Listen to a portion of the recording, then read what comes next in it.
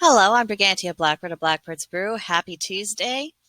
Does America need a spiritual awakening? This question has been coming up again and again with increasing intensity over the past few months. We all know that something is wrong and that it goes well beyond any disagreements we might have about governmental policies. Dehumanization towards one's ideological antagonist has been fully normalized, and past history provides plenty of examples of the tragic consequences that kind of thinking leads to.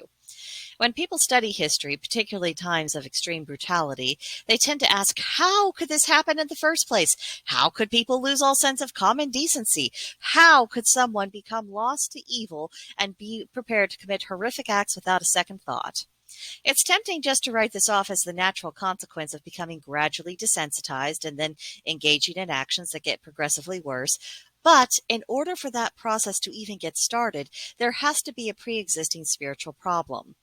The calls for Americans to regain their spiritual equilibrium are entirely proper, in principle. But what's needed is not a revival of Christianity, but a revival of Americanism.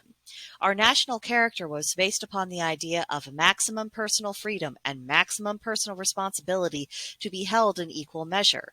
It rejected the idea that people were to be kept in check by institutions, be it governmental, religious, business, or otherwise. Such institutions serve a useful purpose in their proper place, but their role is not to rule, but to serve. Therefore, such institutions have no rights in and of themselves and were to be held in subordination to the people. Self-governance wasn't about freedom from British rule, but it was about citizens taking on the responsibility to govern themselves at the individual level. You are in charge of you. I am in charge of me. And it has been said that the founders declared that the Republic was fit only for a morally upright people, and I agree. But where I disagree with many people who call for an American spiritual awakening is that their view is that Christianity alone can create moral people. That is simply not the case. No one religion has a monopoly on moral virtue or defining what moral virtue is. Many religions have common ground when it comes to expectations of human behavior. Don't go around murdering people. Don't commit assault. Don't steal people's stuff. These are not complicated ethical concepts, and you do not have to belong to any particular religion or non-religion in order to embrace them, because they represent human values and common decency. This is what the spiritual awakening that our people needs. Recognition of common humanity, recognition of people's personal rights and property, refusal to infringe upon other people, and refusal to tolerate being infringed upon.